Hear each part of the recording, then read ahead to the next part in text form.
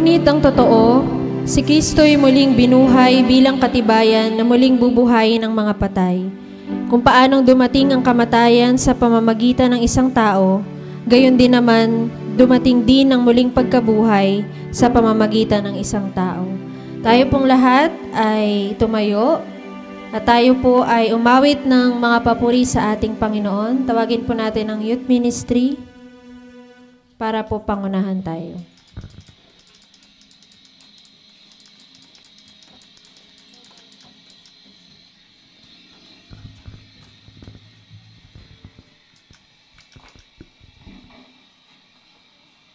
Ayan, sa umagang po ito, papurihan po natin ating Panginoon at kantahin po natin Halina't sama-sama. Halina't sama-sama. Palapakan po natin mga kamay.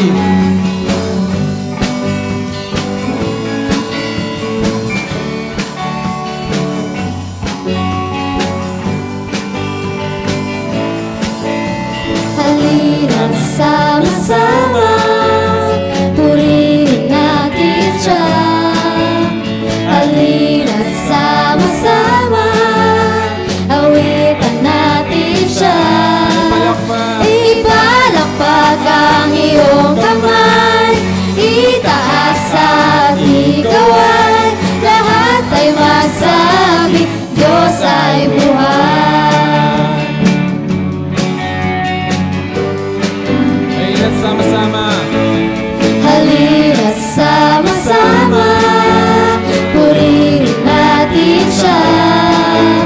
Halina't sama-sama, awitan natin siya. Ibalakpak ang iyong kamay, itaas at ikawan, lahat ay magsabi, Diyos ay buhay. Ipalakpak ang iyong kamay, itaas at ikawan, lahat ay magsabing Diyos ay buhay. Sumigaw! Sumigaw sa galakye ang lahat ng nilalang. Purihin ang Diyos ng may kagalakan. Sumigaw sa galakye ang lahat ng nilalang. Purihin ang Diyos ng may kagalakan. Pag-asa papuri sa Kanya ibigay. Purihin siya, awitan siya, luwalhatin siya. Sa galakye ang lahat ng nilalang. Purihin ang Diyos ng may kagalakan. Sumigaw sa galakye ang lahat ng nilalang. Purihin ang Diyos ng may kagalakan. Ipalakpak! Ipalakpak ang iyong kamay, itaas at ikawan, lahat ay magsabing Diyos ay buhay. Ipalakpak! Ipalakpak ang iyong kamay, itaas at ikawan, lahat ay magsabing Diyos ay buhay. Lahat ay magsabing Diyos ay buhay. Lahat ay magsabing Diyos ay buhay. Yes, Lord. Lahat tayo magsasabi ng Diyos ay buhay sa umagang ito dahil Ikaw yung sentro. Ikaw yung pinapapurihan namin. Ikaw yung tinataas na pagpapuri, pasasalamat. Panginoon, maraming salamat po sa umagang ito na kami yung ginising muli para mabuhay at para awitan ka, purihin ka, kaluwalhatian ka, Maraming salamat, Panginoon, sa umagang ito. As we sing this next song po, kantayin po natin ang kabutihan ng Diyos.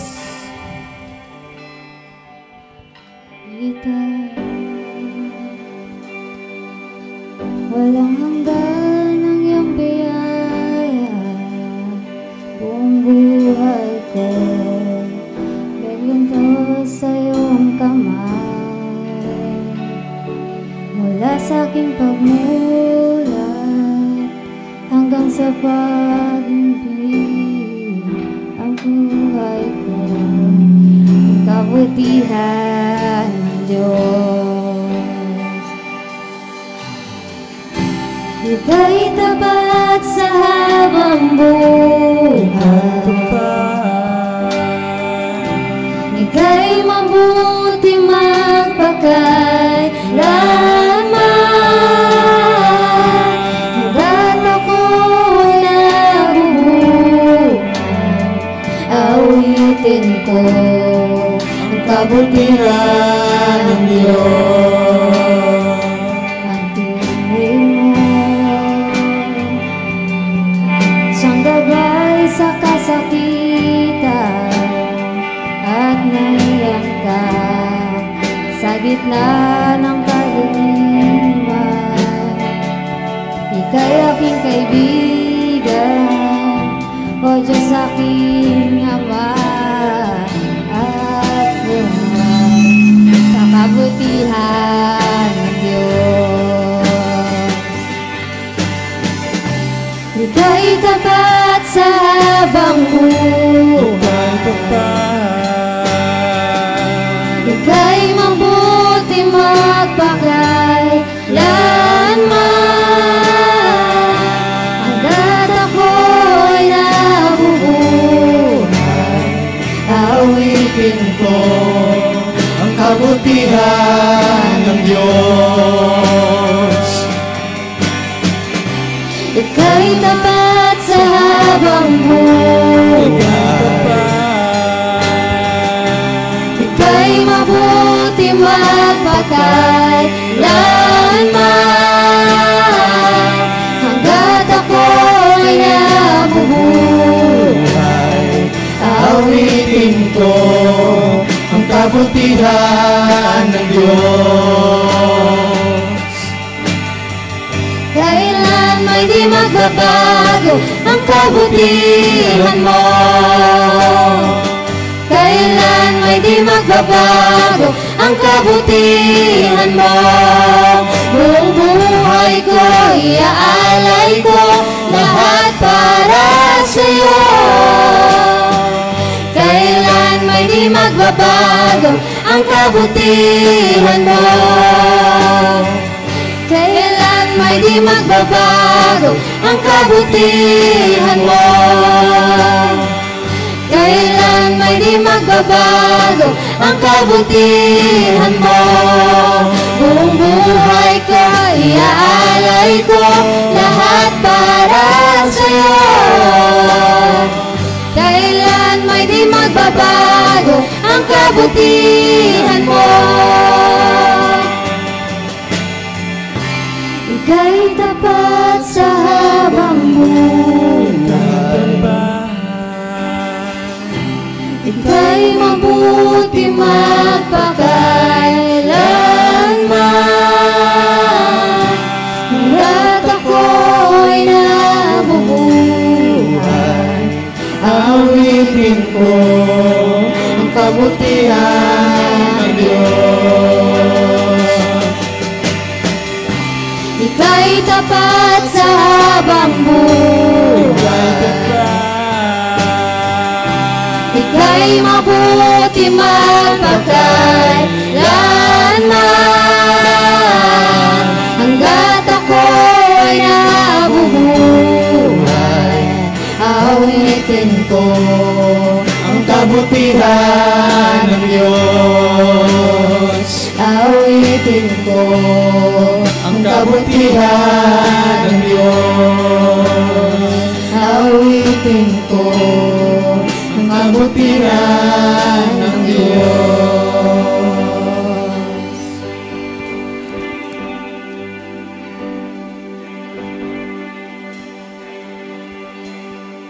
tayo po ay manalangin.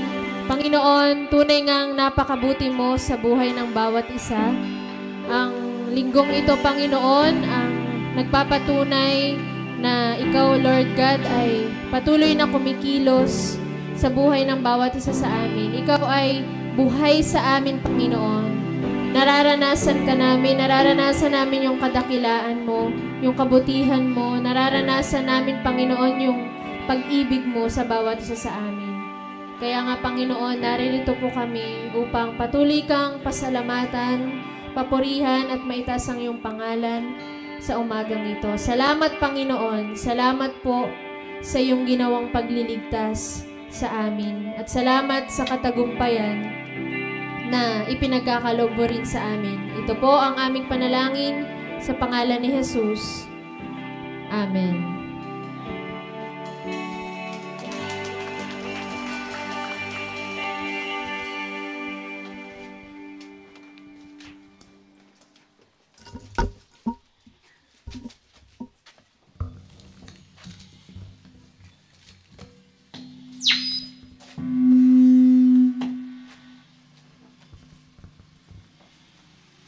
Para po sa ating pagbasa sa banal na kasulatan, ito po ay matatagpuan sa John chapter 20 verses 1 to 10. 1:20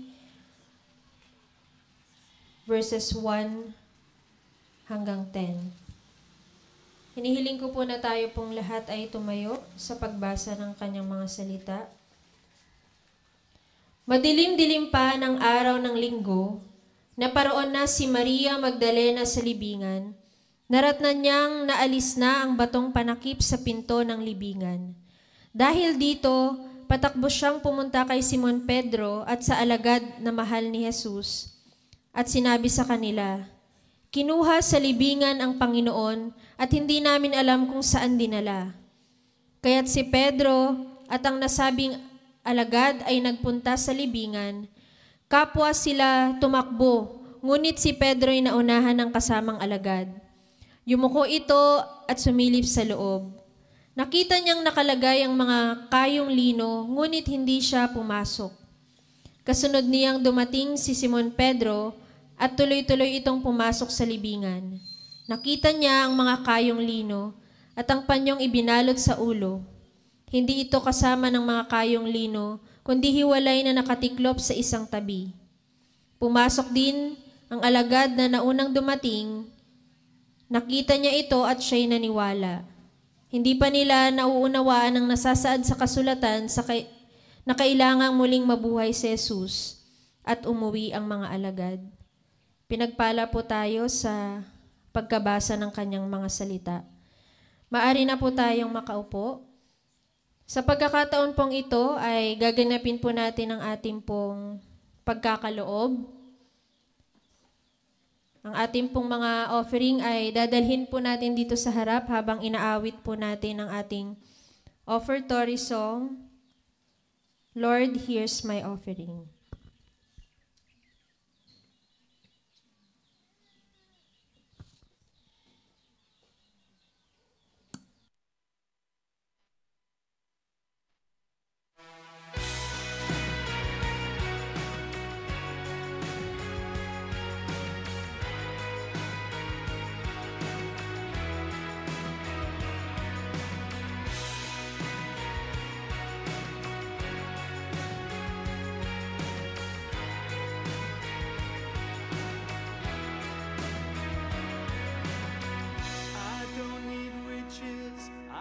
Seek fame. All I need is to believe in your name.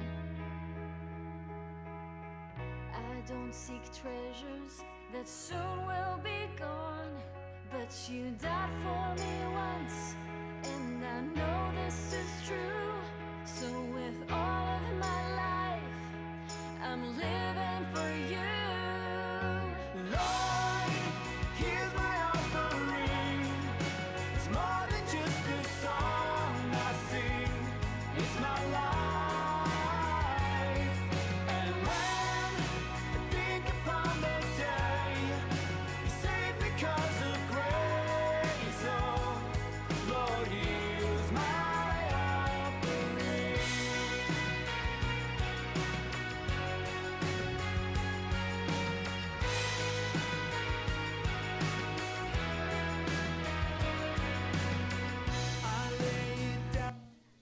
Tayo pong lahat ay manalangin. We give all the glory and honor to you, God, our thanksgiving. Tanggapin niyo po ito, Panginoon, sa pamamagitan ng paghahandog ng mga bagay ni ito.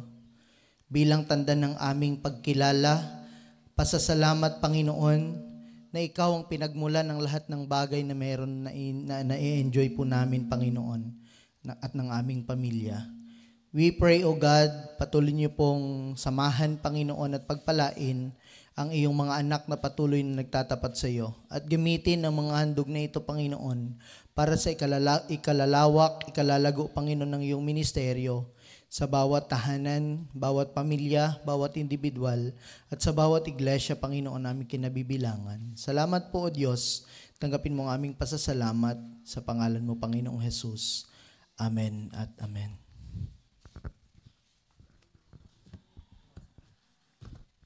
Bago po natin marinig ang mensahe ng buhay, tawagin po natin ang ating mga kabataan para po sa mensahe ng awit.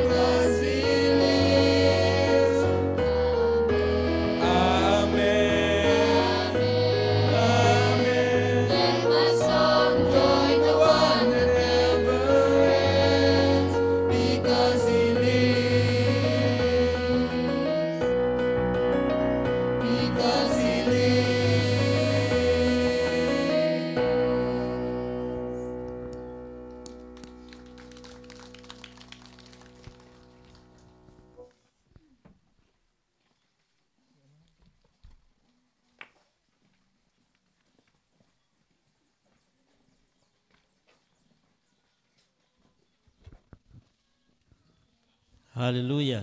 Praise God. Napakaganda po ng narinig nating mensahe ng awit that because He lives, because our Lord and Jesus lives, we can face tomorrow. Amen po. Pwede ba palakpakan natin si Lord? Hallelujah. Today we are celebrating Easter or Resurrection Sunday.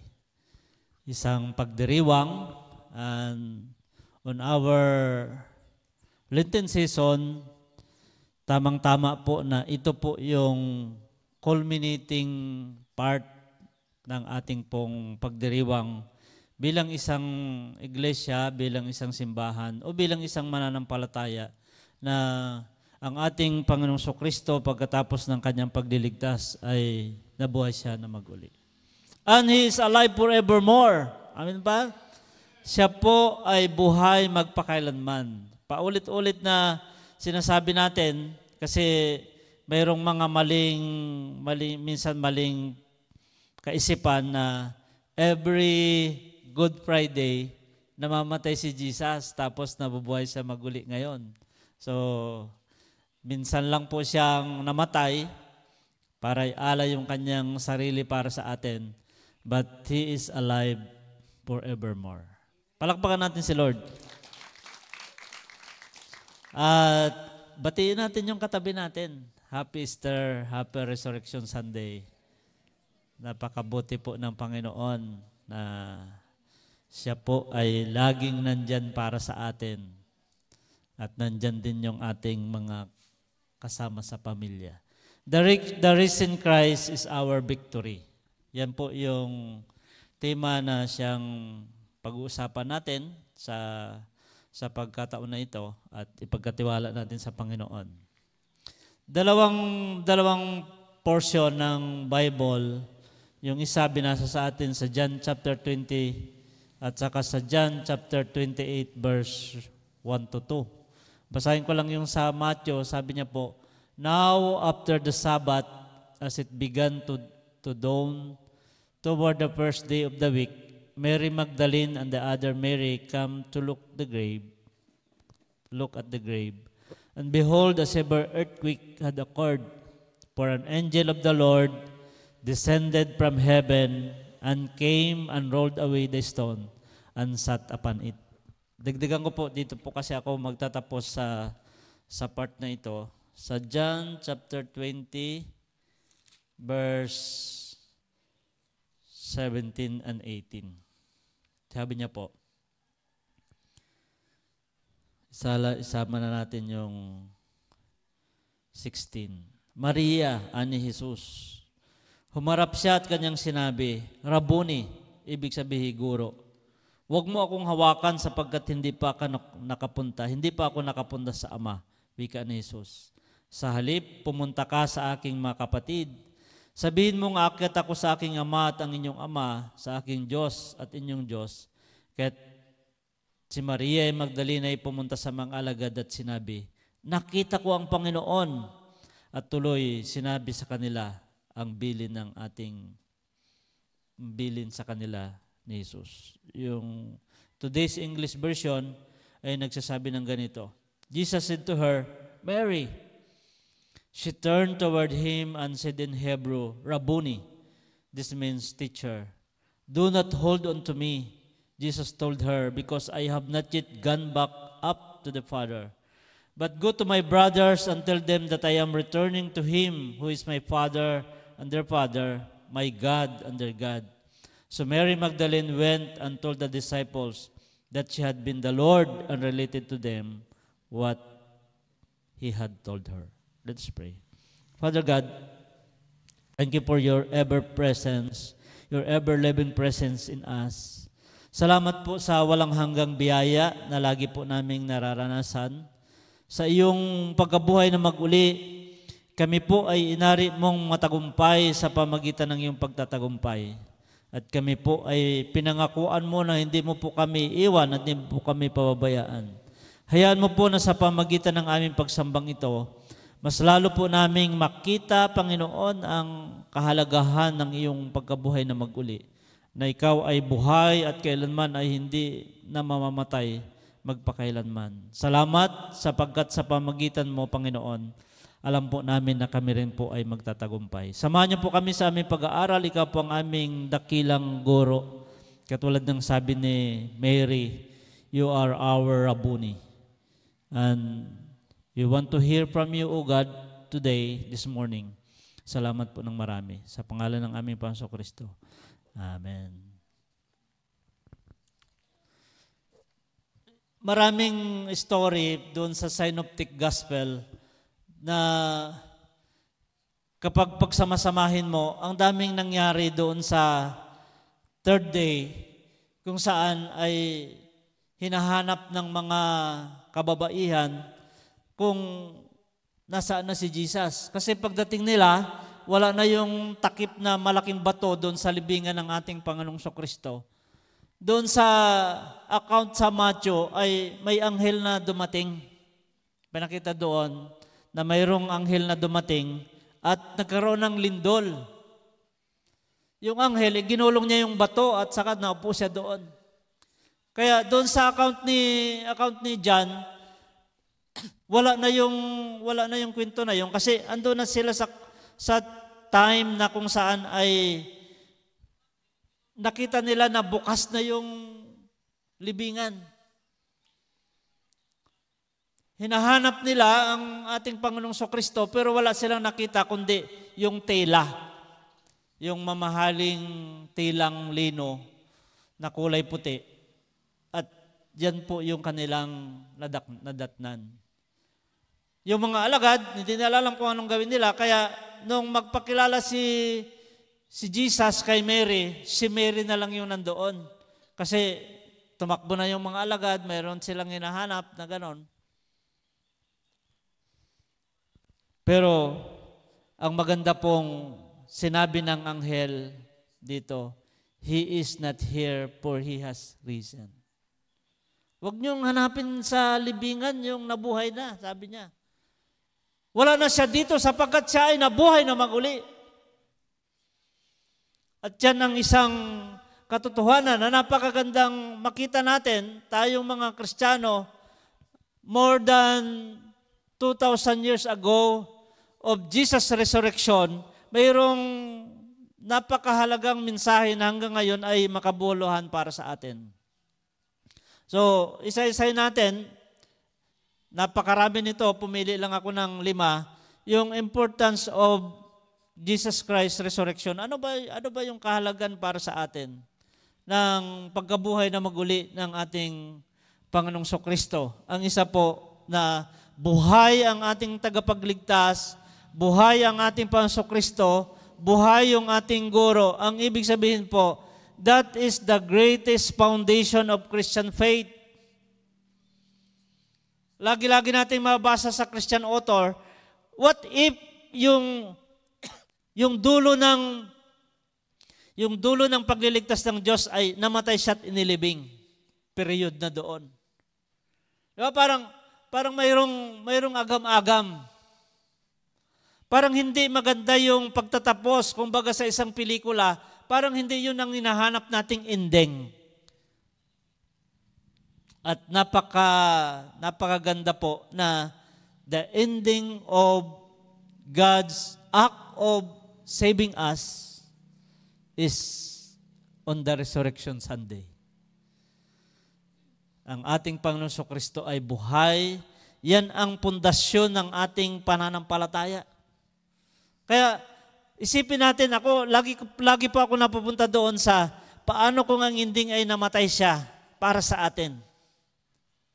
Pero kakaiba yung sigla bilang isang Kristiyano at mananampalataya. Sa amin ng mga preacher, kakaiba yung ibinibigay na kapangyarihan na sinasabi sa atin ng banal na kasulatan, pundasyon ng ating pananampalataya. Buhay ang ating Panginoong Kristo. Buhay ang ating tagapagligtas. Amin po. at sa pamamagitan ng kanyang pagkabuhay na maguli, yung lahat ng pagkakataon na kailangan mo siya, alam mong nandyan siya. Dahil buhay ang ating Panginoon Kristo. Number 2, importance of Jesus Christ's resurrection, believers are justified with God. Sa atin po, sa ating mga Methodista, yung justified, mayroon siyang napagandang kahulugan. According to John Wesley, one of the greatest grace of God is justifying grace. When you come in the presence of God, kapag ikaw ay lumalapit sa Panginoong Hesus sapagkat nagkasala ka, mayroon kang nagawang mali, nagkulang ka sa Panginoon. Mayroong iginagawad sa atin ang Panginoon na walang pasubali. Lagi po natin tatandaan na sa lahat daw ng pagkakataon na lumapit tayo sa Panginoon para humingi ng tawad, walang no. Walang no. Pero more than that po, the justifying grace according to John Wesley, when God justified you, it means binura niya na lahat yung kasalanan mo at you are facing Him and He is facing to you that you are holy. Nakikita niya sa atin ang buhay na Panginoong Kristo, yung kanyang bugtong na anak na tumubo sa ating kasalanan. Kinakalimutan niya na yung lahat ng mga nangyari, na mga nagawa nating pagkakamali. We are justified. Kumbaga po sa hukuman, inihabla ka ng kaaway dahil sa kasalanan mo. But when God justified you, you are acquitted. Ikaw po ay walang nagawang pagkakamali.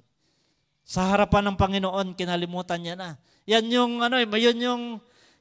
magandang makuha natin na parte ng pagpapatawad ng Diyos. Kasi lagi nating sinasabi na iba yung Diyos, iba yung tao. Ano ba yung pagkakaiba na sinasabi natin? Tayo, kapag tayo magpapatawad, hindi natin kinakalimutan. Di ba? Hindi natin kinakalimutan yung ginawang mali. Pinapatawad natin siya, pero hindi natin nakakalimutan yung ginagawang mali. Pero yun yung parte ng pagpapatawad na dapat natin makopya sa ating Panginoon. Na pag pinatawad natin, kalimutan na rin natin as if wala siyang nagawa. Magsimula ng panibago. We are justified because of Jesus Christ's resurrection. Number 3, the importance of resurrection. Resurrection confirms that word of God to be true. Diba? Simula sa prophecy, may ipapanganak na sanggol na lalaki. Ipapanganak siya ng dalaga, ng birhen. Napakarami pong prophecy sa banal na kasulatan. Meron po akong nabasa na isang article na yung bakit pinika si Jesus dito sa kanyang tagiliran para masiguradong namatay na siya. Pero ang ginagawa pala na ginagawa ng mga sundalo para masigurado nilang namatay na yung nakapako sa cross, binabali nila yung buto dito hinahampas nilang ganon para mabali yung buto. Diba, kapag yung nakapako, yun na lang yung ito, nang bumibitin sa kanya, yung nakapako na kamay niya, at saka yung dito sa nakapakong paa. Kapag binali nila yung dito sa binti, buto sa binti, ibig sabihin, mawawala na ng yan. Malalaman nila na patay na siya. Pero mayroong isang prophecy na walang mababali kahit isang buto ni Jesus. At pinangyari yan ng Panginoon. Hanggang dito sa mayroong kasamang itong article na nabasa ko na sinasabi niya, Jesus was a self-proclaimed prophet dahil sinasabi niya mismo na sa ikatlong araw muli akong mabubuhay. Kaya sabi niya, on the day of resurrection, it was confirmed that Jesus is not only a Savior, He is not only our God, but He is also a prophet. Kasi diniklara niya na siya ay mabubuhay na maguli sa ikatlong araw. At yan po ay pinangyari. The Word of God confirms to be true, and therefore, everything written on the Bible, lahat ng mga pangako niyan, di ba sabi, mawala na ang langit at lupa, pero ang salita ng Diyos mananatili magpakailanman. At yan po yung pinangahawakan natin. Walang kataga na nakasulat sa banal na kasulatan. Kaya ang sarap po na isipin mo, maraming may mga karanasan na ganito. Sabi na, Pastor, bakit po pag magbasa ko ng Bible kung ano yung kailangan ko, parang yun yung nababasa ko. Pati yung mga, Lord, ituro mo naman sa akin kung anong gagawin ko. Nakasara daw yung Bible, tapos binuksan na ganon. Subukan na bang ganon? Parang, kinakausap ako ng Panginoon sa pamagitan ng kanyang mga salita. At yan yung magandang halimbawa na ang salita ng Panginoon ay buhay, yan po ay totoo. Lagi ko pong sinasabi that Jesus Christ, the Word who became flesh, is no other than Jesus. Therefore, the Word of God and Jesus is one.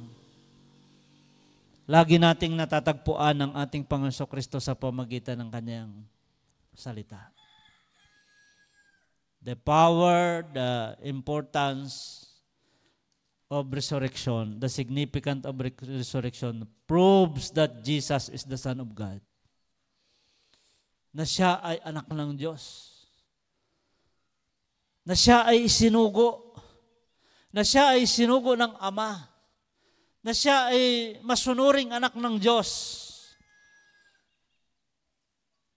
Kapahayagan yung kanyang muling pagkabuhay. Binuhay siya ng Ama sa kapangyarihan ng Banal na Espiritu. Kaya't ang pagkabuhay na maguli ng ating Panginoong Kristo ay isang napakahalagang mensahe para sa atin ng ating tagapagligtas at Panginoon ay Diyos at bugtong na anak ng Diyos. Na kailanman ay nandyan siya lagi para sa atin sapagkat siya ay buhay pa. Number 5, the importance of resurrection give Christians a living hope. Jesus is the living hope. Siya ay buhay na pag-asa. Hindi ka mag-aalinlangan, hindi ka mag-agam-agam, hindi ka mag-iisip na baka hindi mangyari. Anumang sitwasyon ng buhay na pinagdadaanan natin, iniisip natin lagi na buhay yung ating tagapagligtas.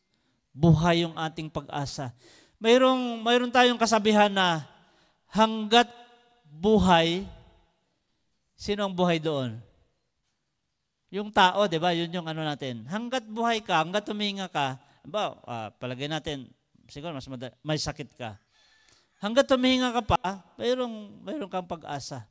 Pero sa article na ito na pinagkunan ko po nitong na ito, napakaliit na bagay yung buhay ka at humihinga ka, may pag-asa. Ang pinakamalaking bagay doon ay yung buhay na pag-asa natin ay si Jesus.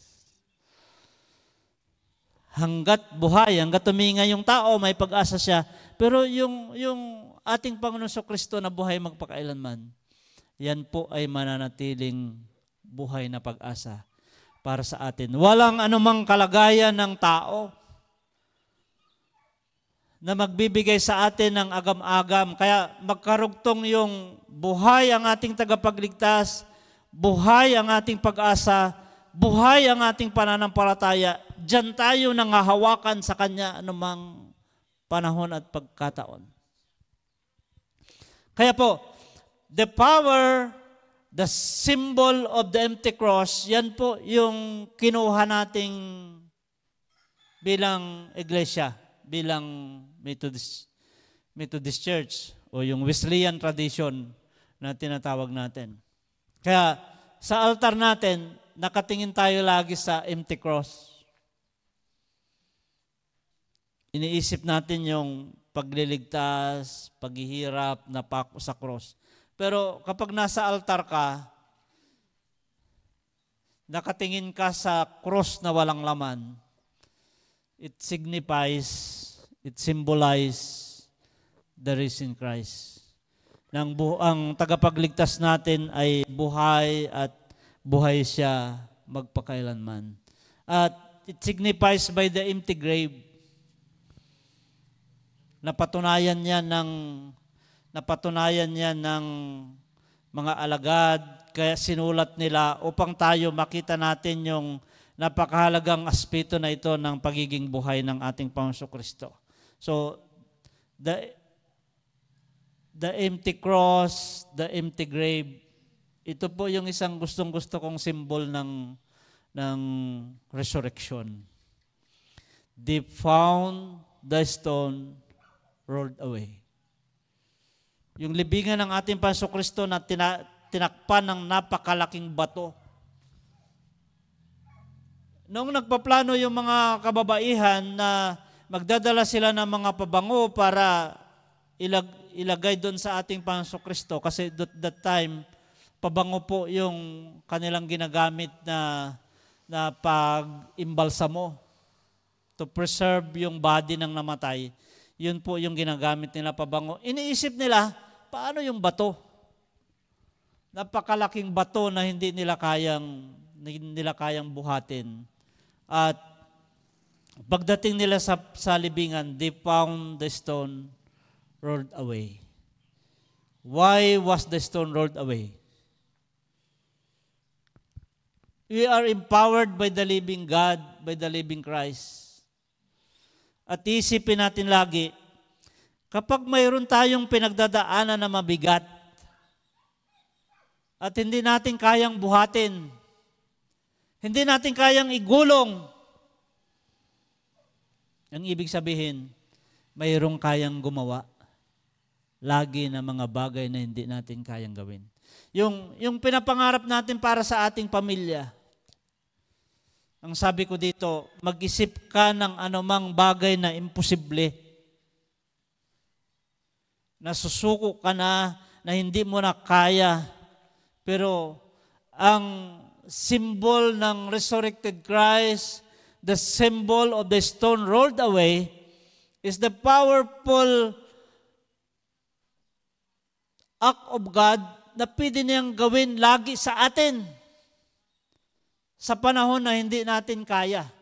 Kaya sabi niya, maganda po ito, yung resurrection, the symbol of the rolled stone, God heard your prayers. Ang ibig sabihin, naririnig ng Diyos lagi yung panalangin mo. That help is coming, that nothing is impossible with God. Walang hindi niya kayang gawin.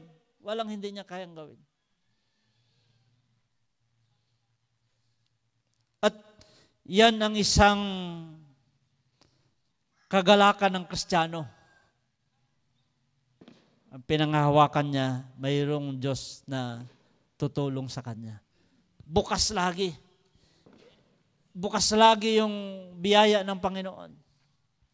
Of course, mayroon tayong laging karanasan na para bang nasa loob ka o pinagsakloban ka ng langit at lupa. Bang simbol ng mga problema. Parang pasan mo ang daigdig. Simbol ng problema.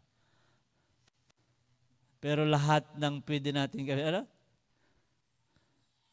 lahat ng pwede nating isipin ay yung Diyos kaya niyang gawin.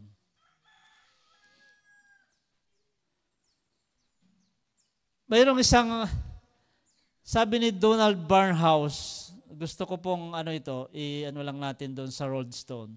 The angel rolled away the stone from Jesus' tomb, not to let the living Lord out, but to let unconvinced outsiders in.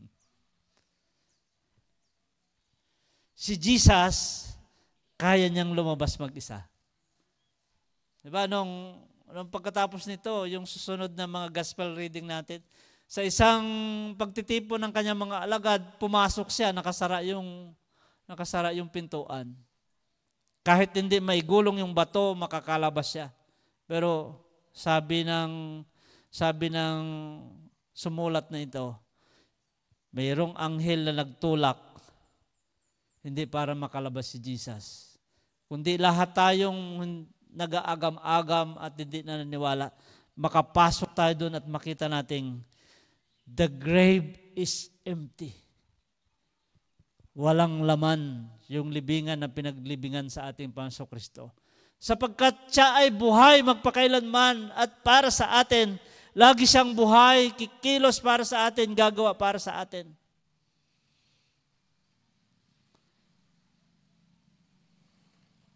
Lagi daw natin isipin na si Jesus, ipinatulak niya na yung bato sa anghel.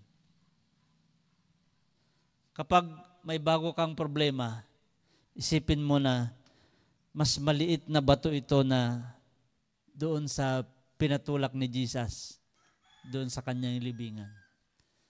Kayang-kaya niya, ginawa niya na dati, gagawin niya ngayon, gagawin niya uli.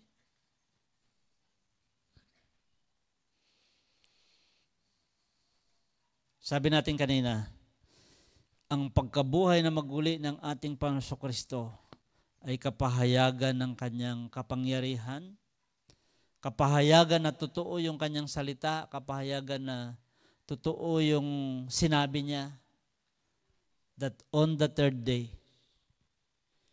Alam mo ba, paulit-ulit na sinabi ni Jesus sa kanyang mga alagad.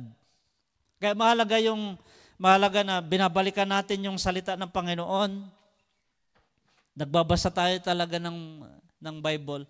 Kasi yung mga alagad, on the first day na sabihin ng ating Panginoong Kristo na siya ay mamamatay sa Jerusalem.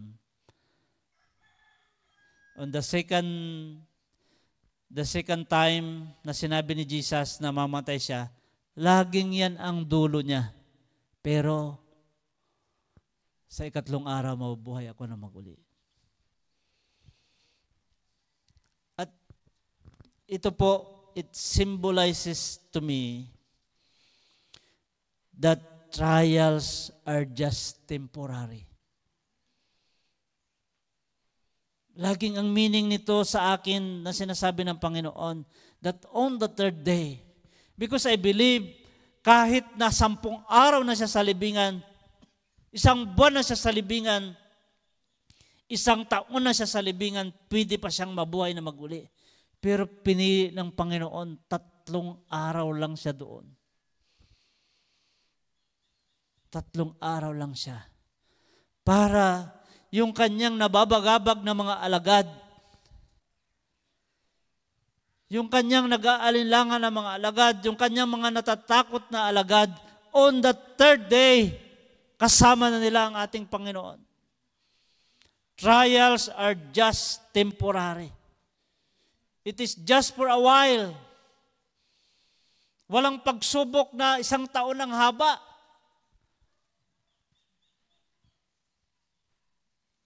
Kasi ang pangako ng Panginoon, on the third day. Sa ikatlong araw, darating ang ating Panginoon Kristo, yung sabi natin kanina, diringgin ng Panginoon ang prayer mo. That on the third day, yung ipinapanalangin mo ay tutugunin ng Panginoon. God is the answer to our problems. Tutugon siya, magbibigay siya ng sign, ng presensya niya na siya ay buhay para sa ating lahat. Sabi ni Susie Eller, Dear Jesus, thank you for rolling away the burdens that are too big for us to carry by ourselves. And He is always doing that. Ginagawa yan lagi ng Panginoon sa atin, na tinutulak niya yung anumang hindi natin kayang itulak. Binubuhat niya yung hindi natin kayang buhatin. Winawasak niya yung hindi natin kayang wasakin upang makita natin yung kapangyarihan ng kanyang pagkilo sa atin. Dinagawa niya yung hindi natin kayang gawin. Amen po? Ginagawa niya lagi yung hindi natin kayang gawin. Kaya po, ang isang bahagi ng buhay Kristiyano, yung alam mo kung paano ka susuko, alam mo kung paano ka lalapit. Ito yung isang pagkakataon na hinahanap sa atin ng Panginoon. Yung isipin ko na sinasabi ng Bible, kapag lumapit ka, hihingi ka ng tawad, kailanman hindi ka itataboy ng Panginoon. Accepted ka lagi. At yung paghingi mo ng tawad, granted lagi. Yung paglapit mo sa Panginoon, hindi man tinugon ngayon, pero counted yung prayer mo. Walang prayer na hindi naririnig ang Panginoon. Kaya kailangan natin matutunan yung kung paano lumapit. Nung nag-join kami ng G12 Ministry, mayroong binago sa amin ng Panginoon na isa.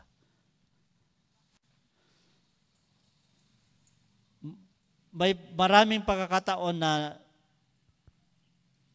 nanalangin kami sa Panginoon, nakadapa talaga, yung dapang-dapa. Pina-encounter God retreat namin yung aming mga anak.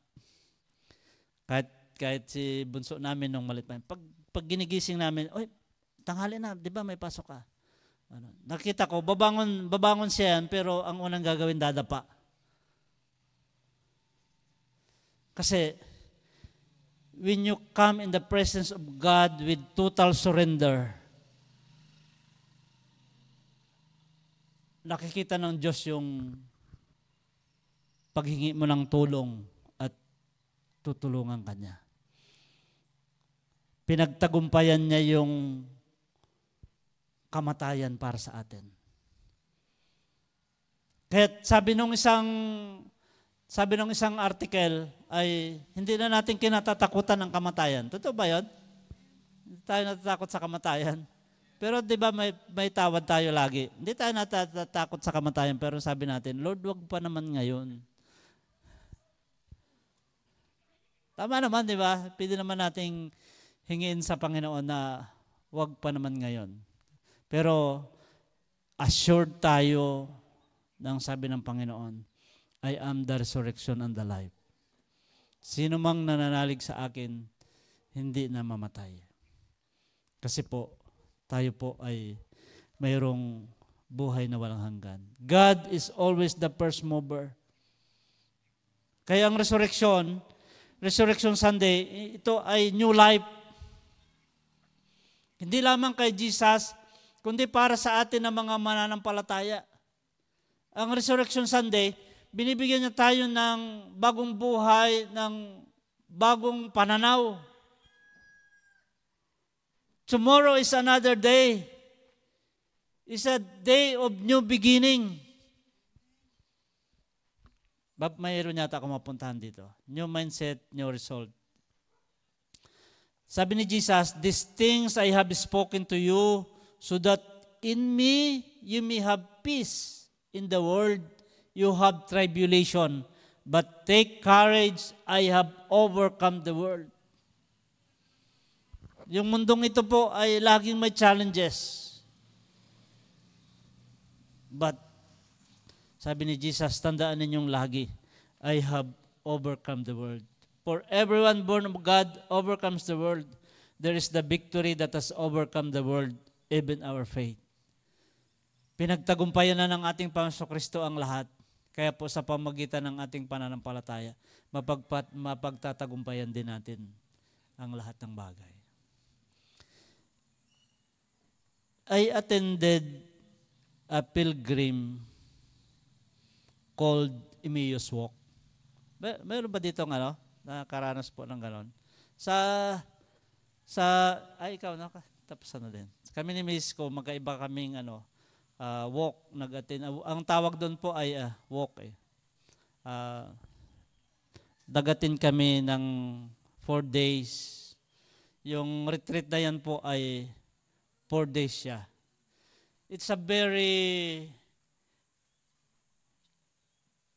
meaningful walk na ang kanya pong idea ay doon sa pagkamatay ng ating Panginoon Kristo.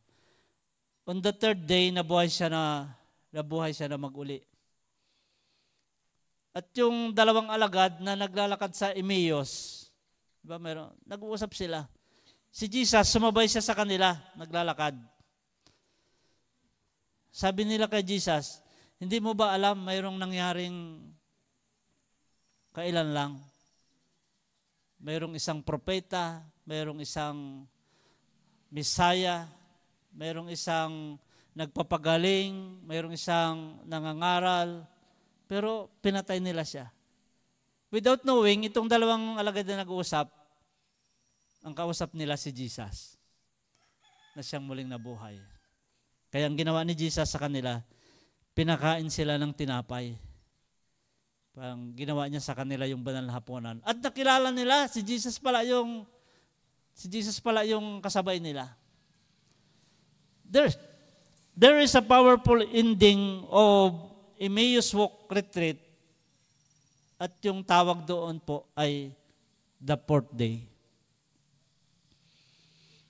Di ba po? Sabi ni Jesus lagi, at yan yung pinatunayan niya, on the 3rd day, I will rise again. Tomorrow is the 4th day. Isipin natin lagi, araw-araw sa buhay natin is the 4th day that Jesus resurrected on the 3rd day. Kaya sabi ko po, tomorrow is another new beginning for us Christians. Because tomorrow is the 4th day. Marami tayong pinagdaanan na problema, struggle ng buhay. Pero lagi tayong dinadala ng Panginoon doon sa katotohanan na ang unang mahal na araw, yung unang linggo ng pagkabuhay, there is the 4th day, and that is the new beginning. Ang maganda nating isipin ay, tomorrow, Monday is the 4th day. The next tomorrow is Tuesday, but that is not the 5th day. All other days of our life is the 4th day. Huwag tayong lalayo dito sa 3rd araw na nabuhay siya na mag-uli. Manatili nating isipin na kapag nagising ka, this is the 4th day. Yesterday, my Lord rose again for me. Nabuhay siya na mag-uli para sa akin. Walang pagkakataon na hindi tayo magkakaroon ng buhay na pag-asa. Walang pagkakataon, walang araw na darating sa buhay natin na isipin natin, hindi ko na kaya. Kasi malapit ka lagi doon sa 3rd day. You are on the 4th day.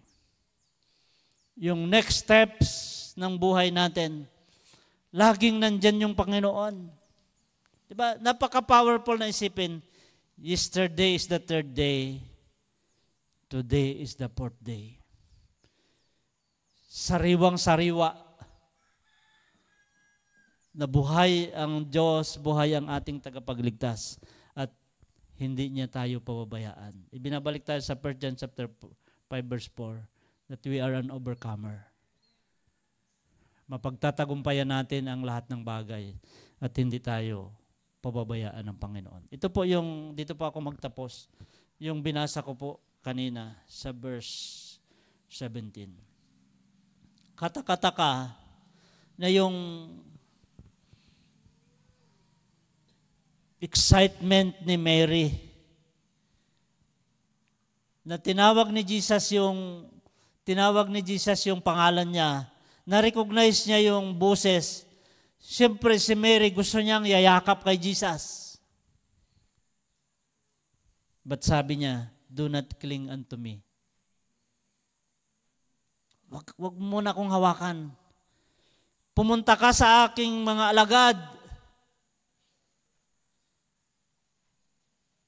On the fourth day, that we are a victorious Christian, hindi lang tayo pinapayagan ng Panginoon na maging matagumpay sa lahat ng ating gagawin, marating natin lahat ng ating pangarap, may ayos natin yung ating pamilya, pero wag nating kalimutan, part of that victorious fourth days of our life, we need to go and make disciples. Na humayo tayo. Hindi lang si Mary ang inutusan. Siya lang yung natagpuan ng ating Panginoong Kristo. Siya lang yung isang magandang halimbawa. Pero sinabi niya, pumunta ka sa mga alagad. Tayo din, inuutusan po tayo. Pumunta tayo sa ibang mga tao. Sumunod tayo sa ating Panginoong Kristo. Sapagkat sinasabi ng ating Panginoon, pumunta ka, humayo ka, gumawa ka para sa atin. Para sa akin. Kung ang katagumpayan na yan ay ginawa sa atin ng Panginoong Kristo, bakit hindi natin gagawin para sa Kanya? Let us always remember that Jesus is alive and He is alive forevermore. Every day, lahat ng araw, lahat ng oras, o lahat ng minuto at segundo ng buhay natin, mayroong isang buhay na Diyos na matagumpay para sa atin. Let us pray. Father God, here we are worshiping you, giving praises and thanks to you, O God. Salamat po sapagkat ipinahayag mo ang iyong tagumpay sa iyong pagkabuhay na maguli. At mula doon, alam po namin na magtatagumpay din po kami. Nakikibahagi po kami sa iyong misyon na makilala ng lahat na ang aming tagapagligtas ay buhay at mananatiling buhay magpakailanman.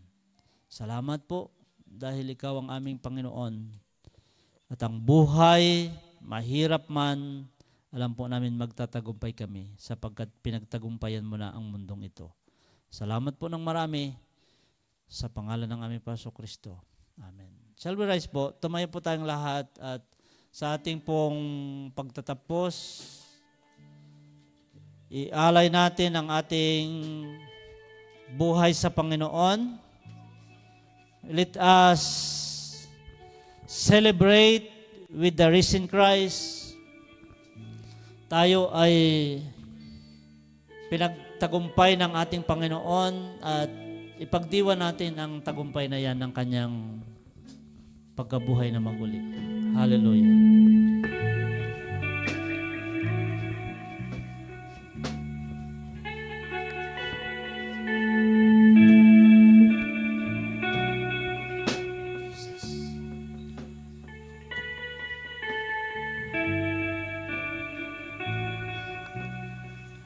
It was my cross you bore, so I could live in the freedom you died for. And now my life is yours, and I will sing of your goodness forevermore. Worthy is your name, Jesus, you deserve the praise. Worthy is your name, worthy is your name, Jesus, you deserve the praise. Worthy is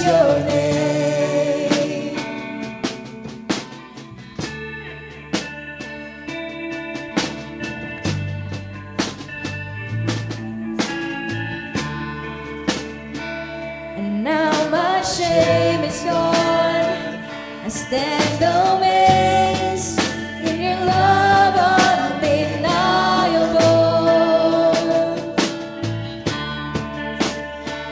Your grace goes on, and I will sing of your goodness forevermore. Worthy is your name, Jesus.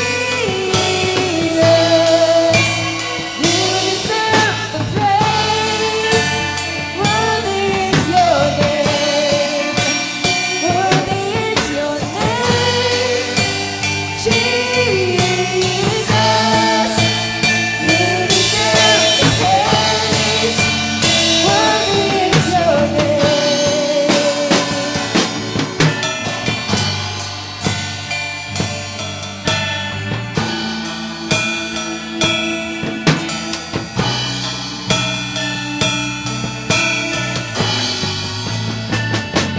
Be exalted high in the heavens as your glory fills this place. You alone deserve our praise. You're the name above all names. Be exalted high in the heavens as your glory fills this place. You alone deserve our praise. You're the name above all names. Be exalted high in the heavens as your glory fills this place. You alone deserve our praise. You're the name above all names. Be exalted high in the heavens as your glory fills this place. You alone deserve our praise. You're the name above all names. Be exalted high in the heavens as your glory fills this place. You alone deserve our praise. You're the name above all names. Be exalted high in the heavens as your glory fills this place. You alone deserve our praise. You're the name above all names. Be exalted high in the heavens as your glory fills this place. You alone deserve our praise. You're the name above all names.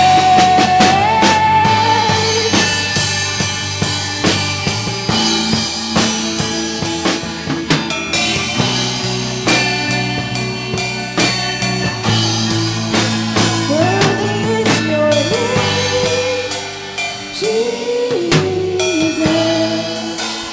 You deserve the praise. Worthy is your name.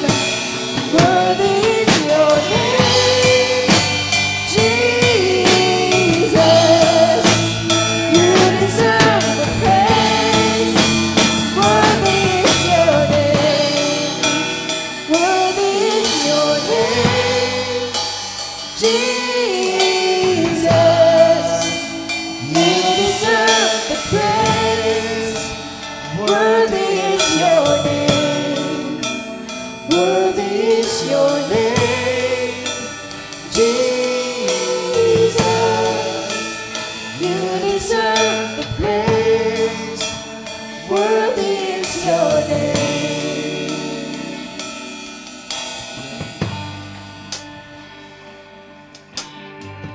Let's continue to give praise to God and give Him the highest glory, honor, and praises. For He alone deserves it. He alone deserves it. Jesus is the name above all names, King of all kings and Lord of all lords. Hallelujah, Jesus. Be magnified and reign in this place. Come, Holy Spirit. Come, Holy Spirit.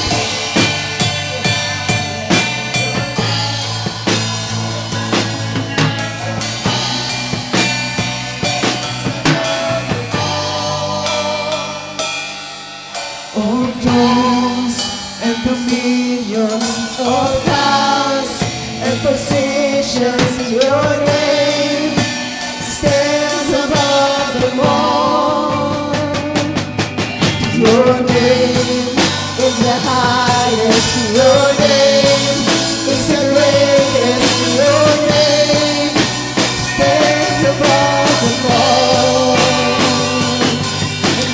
thrones and dominions, all powers and positions, your name stands above them all. Your name is the highest. Your name is the greatest. Your name stands above them all. All thrones and dominions, all powers and positions, your name stands above them all. Your name is the highest. Your name is the greatest. Your name stands above them all. All thrones and dominions, all powers and positions, your name stands above them all. Your name is the highest. Your name is the greatest. Your name stands above them all. All thrones and dominions, all powers and positions, your name stands above them all. And the angels cry, holy, all the ancients cries, holy, you are lifted high, holy, holy forever. Hear your people sing, holy to the King of Kings, holy, you will always be, holy, holy forever. You will always be holy, holy forever. You will always be holy, holy forever. Worthy is your name, Jesus. You deserve the praise. Worthy is your name. Worthy is your name, Jesus. You deserve the praise. Worthy is your name. Worthy is your name, Jesus. You deserve the praise. Worthy is your name.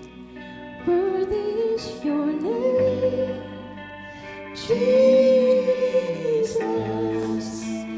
You deserve the praise. Worthy is your name. You deserve the praise. Worthy is your name. Hallelujah, Jesus. Thank you, God. You deserve all the praises and glory, O God. You deserve the praises, Jesus Christ. Your name is a worthy name, Lord God. Your name is above all name, Lord God.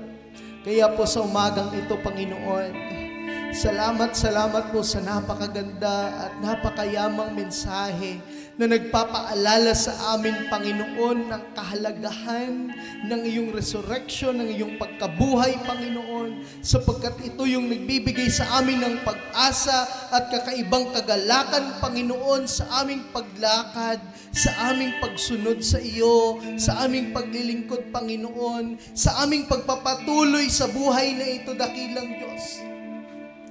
Salamat po.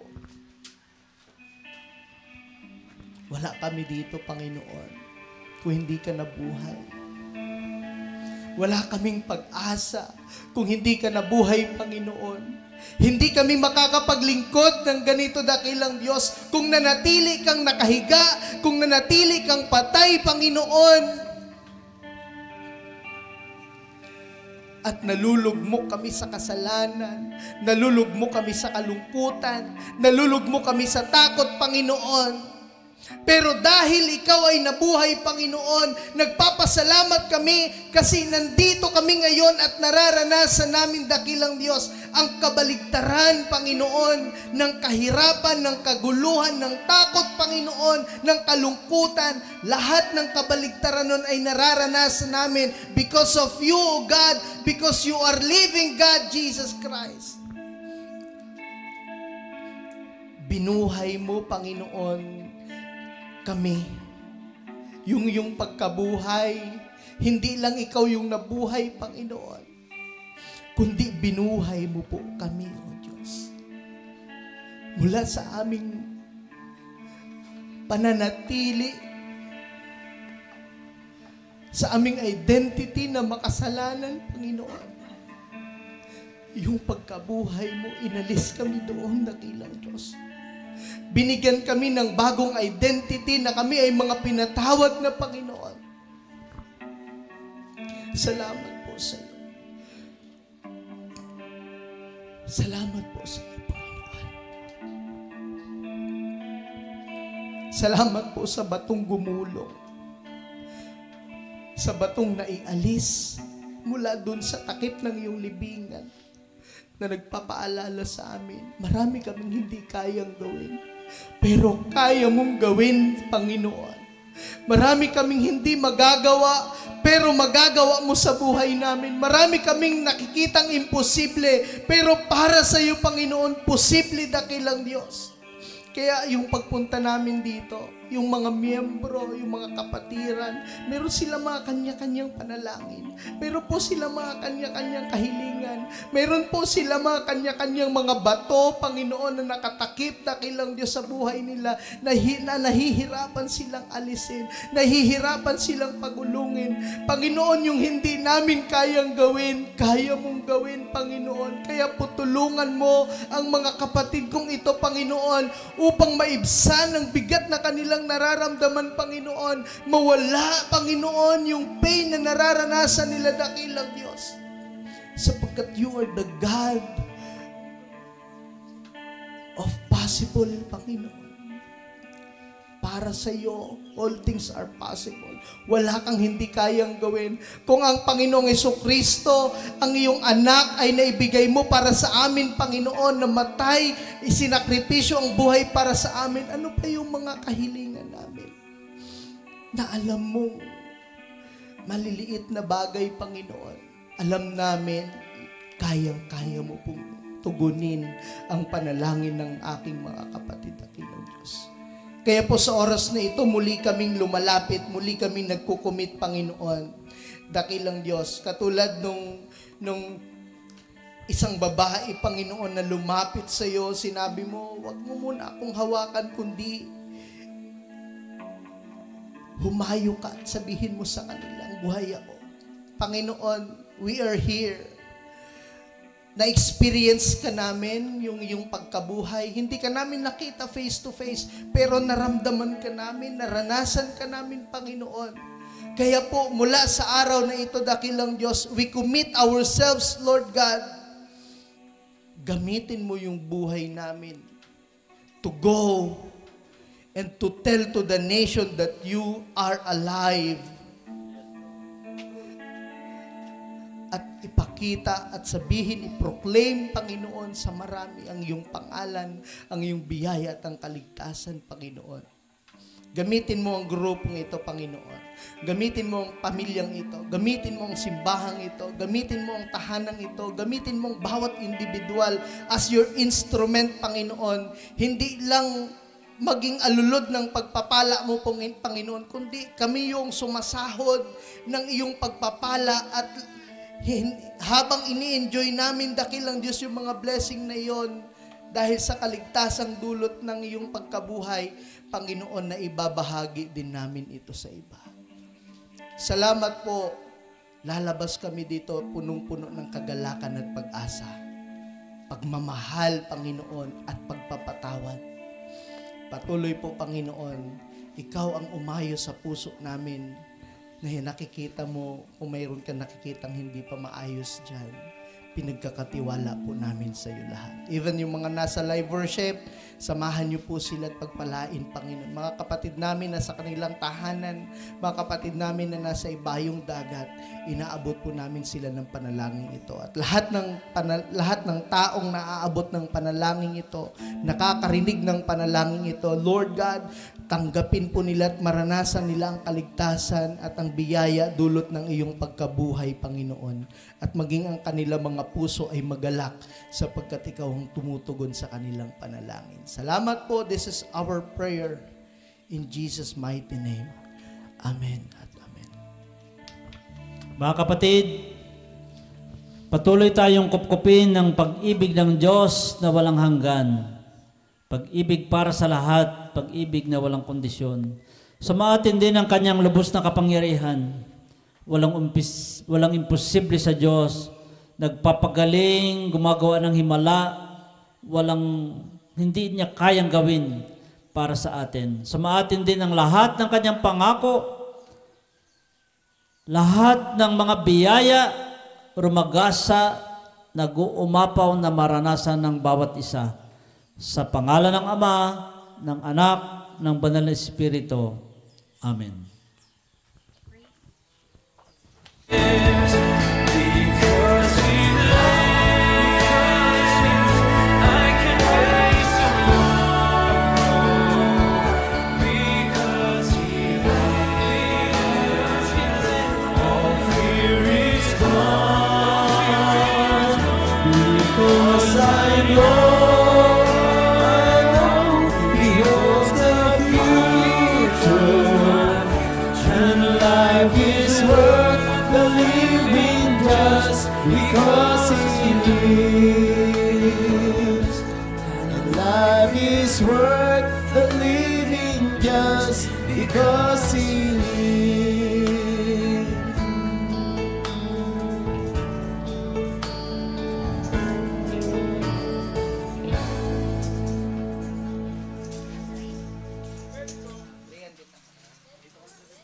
San?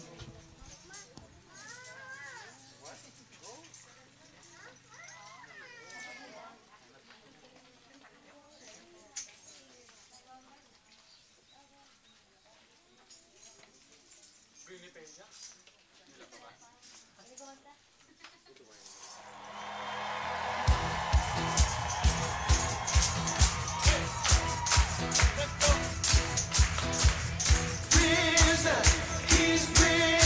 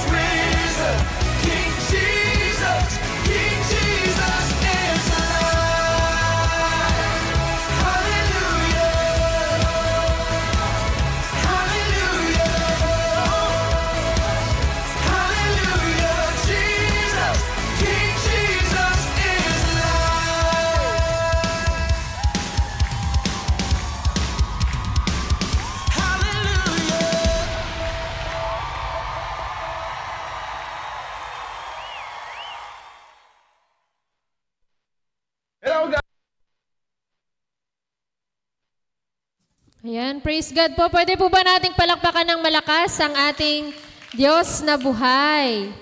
Ayan, tapos na po ang ating pagsamba. Ayan, naamoy na po ba natin? Meron pong tinago yung mga kabataan ng mga flags, maliliit na flags. Katumbas po nun ay egg po doon po sa atin. Yan, yung mga may nahanap na po, ipalit nyo po ng egg. Ha? Hindi yung malaking flag, maliliit lang. Yung naka-anim na flag na dyan, pakibigay sa iba. Walang plug sa kalamansi. Walang plug sa kalamansi. No, hindi kami naglagay ng flag sa kalamansi, ha? Ayan. Pwede na pong didiretso. Opo, pwede na pong kukuha doon yung mga po. Kung wala po kayo nakitang flag, wala pong problema. Diretso lang po kayo. Yung flag po na malaki, itlog ng dinosaur po. Picture. Pwede po ba mag-picture tayong lahat muna bago tayo pala kakain? Sige po. Picture muna tayo kabuuan. Sige po. Putulin natin yung paghahanap natin. Mag-picture muna po tayo. One shot lang, one shot.